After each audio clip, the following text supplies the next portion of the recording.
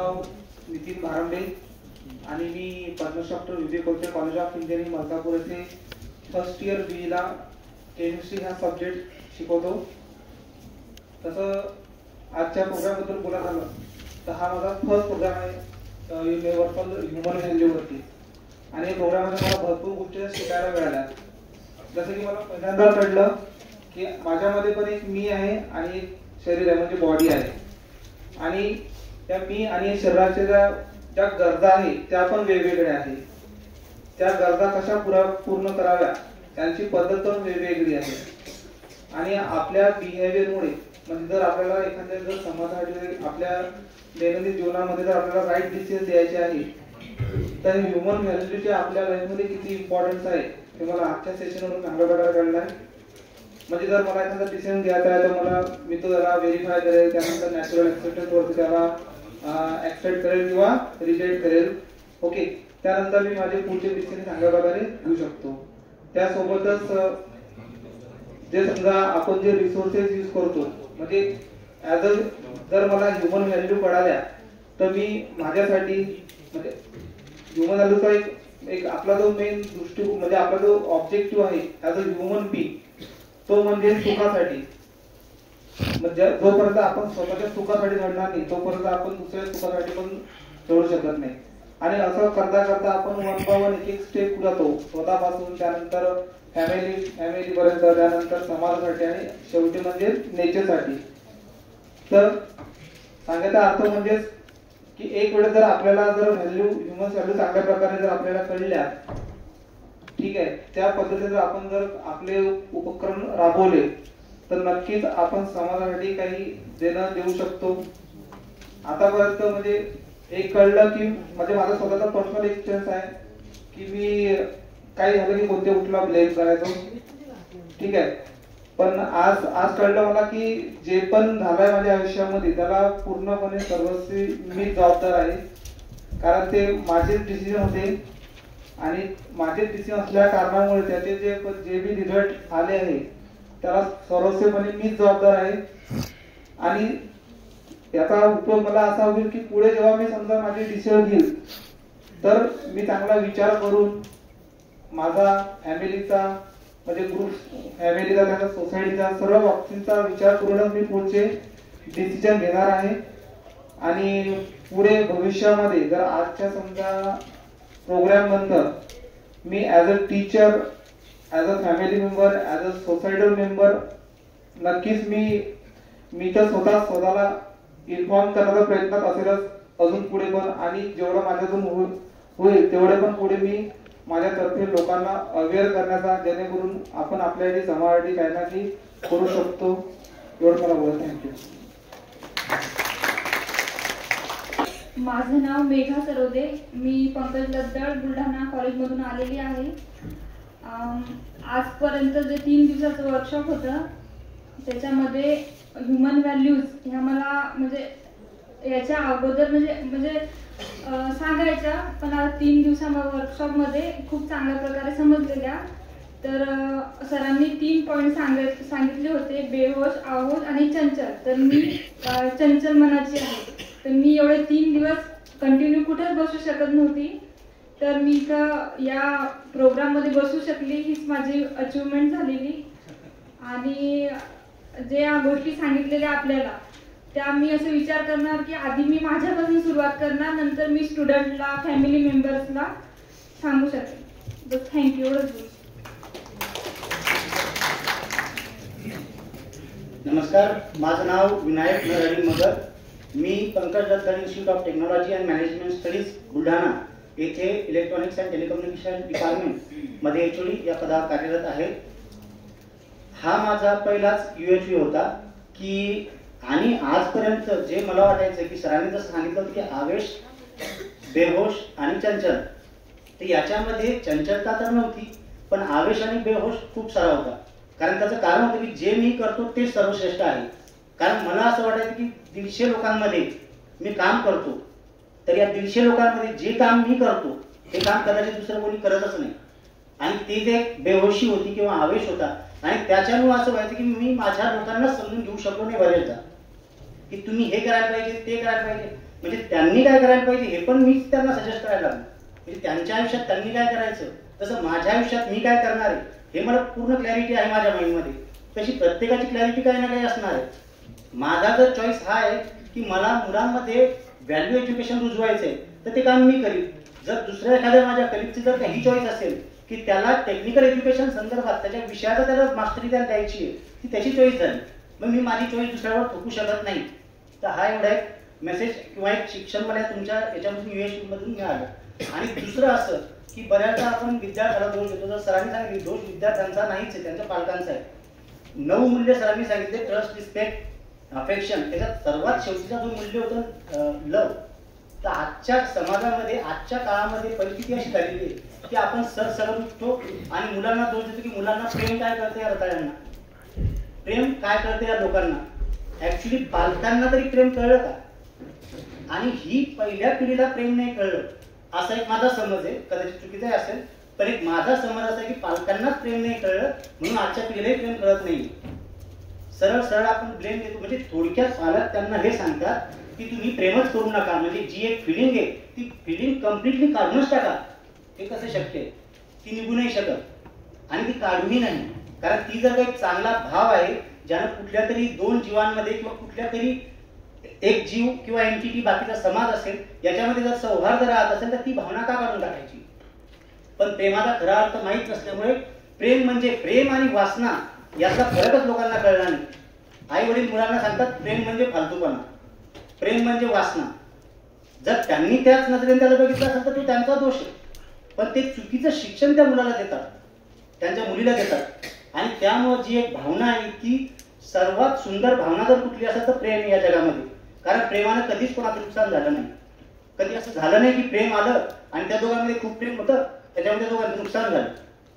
प्रेमाच्या नंतर जर सरांनी सांगितलं की ट्रस्ट इश्यूज येतात. ट्रस्ट नव्हता, मग ट्रस्ट जर प्रेम होतं तर सुरुवातीला तर पहिले ट्रस्ट पाहिजे होता. ट्रस्ट असता तर प्रेम झालं असतं, ट्रस्ट असता तर त्यांच्यामध्ये रिस्पेक्ट आला असता, रिस्पेक्ट आला असता त्यांच्यामध्ये अफेक्शन झालं असतं आणि अफेक्शनच्या पुढची लेवल म्हणजे प्रेम. तर हे आपल्याला कळत नाहीये. आणि मी इथून गेल्यानंतर जर सर्वात पहिले जर काही काम करीन तर मी जे काही शिकलो हे आज याचा पूर्ण असेंब्लिंग करून उद्या माझ्या विद्यार्थ्यांच्या समोर ज्यावेळेस मी पुन्हा जाईल यातले बरेचसे मुद्दे आणि ज्याच्यामध्ये माझीही काही मिसअंडरस्टँडिंग होत्या त्या झालेल्या मिसअंडरस्टँडिंग बद्दल सुरुवातीला त्यांना सॉरी बोलणार, त्याच्यानंतर त्यांना जे काही सांगायचं ते डेफिनेटली मी माझ्यातर्फे सांगणार. आणि सर्वात शेवटी जाता जाता कारण 3 दिवस ज्या कॉलेजनं आम्हाला हे प्लॅटफॉर्म उपलब्ध करून दिला त्या Padmashri doctor UB Kolte college of engineering ची मॅनेजमेंट, त्यांचे प्रिन्सिपल, त्यांचा सर्व स्टाफ यांचा मी खूप खूप आभारी आहे की असं सेशन इथं आम्हाला बघायला मिळालं. मी आजपर्यंत खूप सारे वर्कशॉप बघितले आणि केलेत, अटेम्प्ट केले, पण कुठल्याही वर्कशॉपमध्ये अशा गाद्याचा बिछाना नव्हता. कुठल्याही वर्कशॉपमध्ये असं नव्हतं की तुम्हाला वाटतं तसं वेळा. कारण समोरचे जे राहायचे ते समोरचे सांगायचे की सरळ बसा, तोंड जांभळी देऊ नका. इथं तसं काहीच नव्हतं. तुम्हाला वाटतं तसं काय झोपा. कोणी पाय लांबवते, कोणी त्या तक्यावर लोळते, कोणी काही करते. हा जो काही प्रकार बघितला हा आयुष्यातला चांगला एक्सपिरियन्स होता. त्याबद्दल मॅनेजमेंटचं, या कॉलेजचं, त्या स्टाफचा खूप खूप आभारी आहे. आणि सर्वात जास्त आभारी या 4 लोकांचा आहे की ज्यांनी खऱ्या अर्थाने ह्युमन जे व्हॅल्यूज आहेत त्याच्या UHV याच्याबद्दलची माहिती दिली, त्याबद्दल या 4 लोकांचा खूप खूप आभारी आहे. धन्यवाद.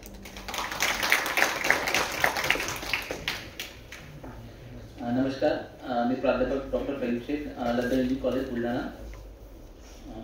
जसं का आता 3 दिवस सेशन चालू आहे. सर्वप्रथम मी मॅनेजमेंटचं धन्यवाद करतो की त्यांनी आम्हाला ते येण्यास परमिशन दिली आणि इथे बोलण्यासाठी पण परमिशन दिली.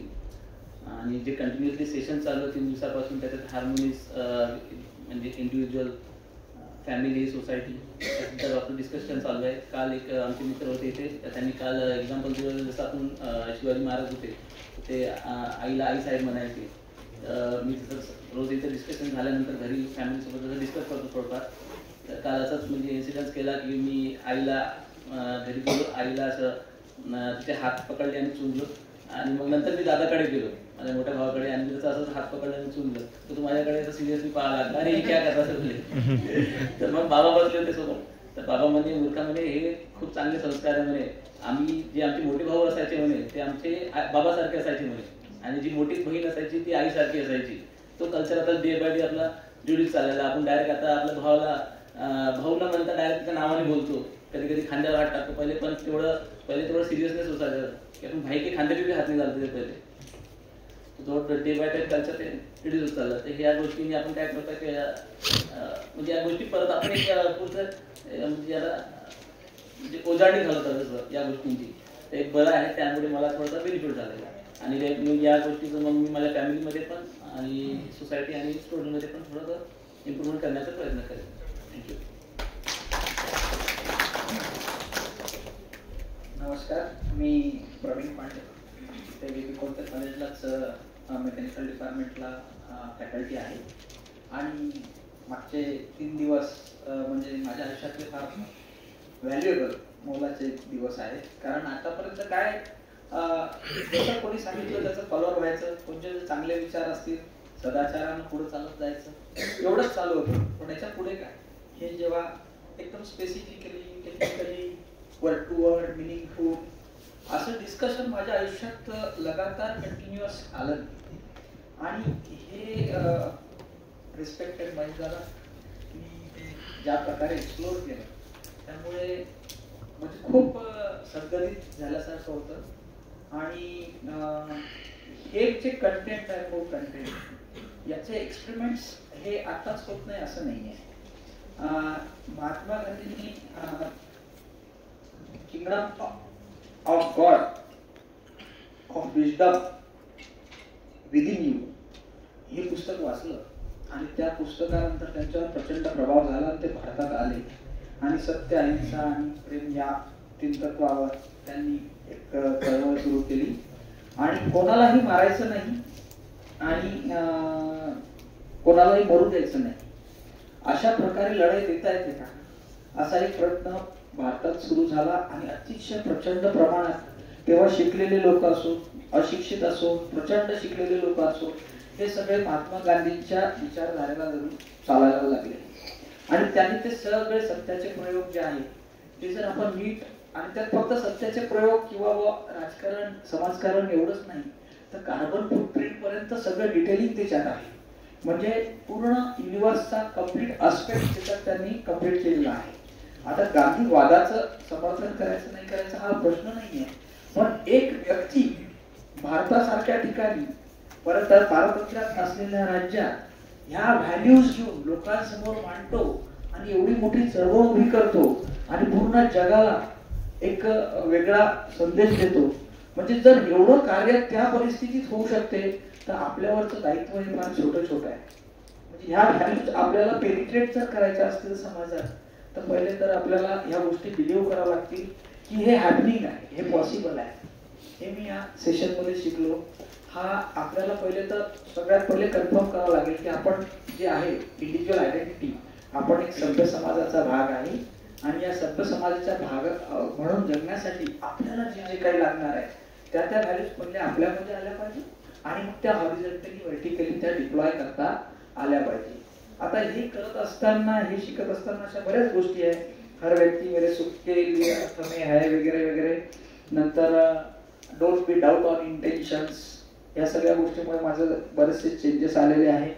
नंतर घरी गेल्यावर मी पुष्करला विचारलं काय बोल त्याला आई म्हटलं काय ऐकत नाही का, म्हटलं काय लिसनिंग आणि हिअरिंग याच्यातला काय फरक आहे. मी काहीच नव्हतं बोललो.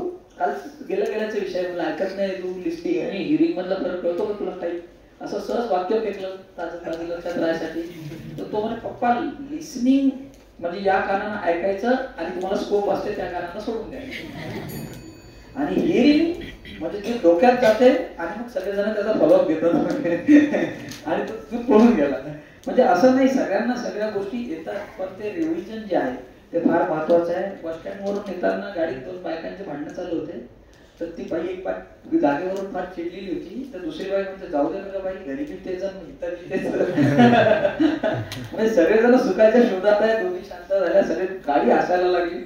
आणि म्हणजे विषय असा आहे, काल एका जणाला कोणतरी म्हणे की बा हे काम करतो का, तर तो म्हणे मला काय भेटेल म्हणे. तर तो म्हणे अरे ये ना, तुला सगळं देतो म्हणे, रिस्पेक्ट देतो, हार्मनी देतो, हॅपीनेस देतो, फ्रीडम देतो, विडम देतो, सगळं काही खूप छान चालू होतं. म्हणजे ह्या कंटेंटला लोक कोरिलेट करत स्वतःला चेक करत आहे.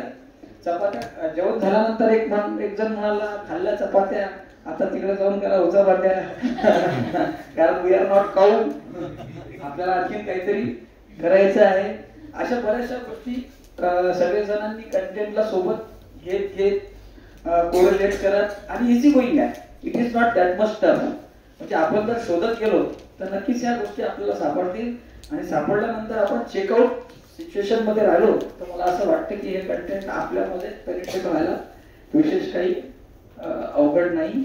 थँक्यू व्हेरी मच एव्हरीवन की हा स्कोप माझ्या लाईफमध्ये तुम्ही आणून दिला आणि स्पेशली स्थितप्रज्ञ श्री महेश बोलते सर, धन्यवाद. पुनश्च धन्यवाद.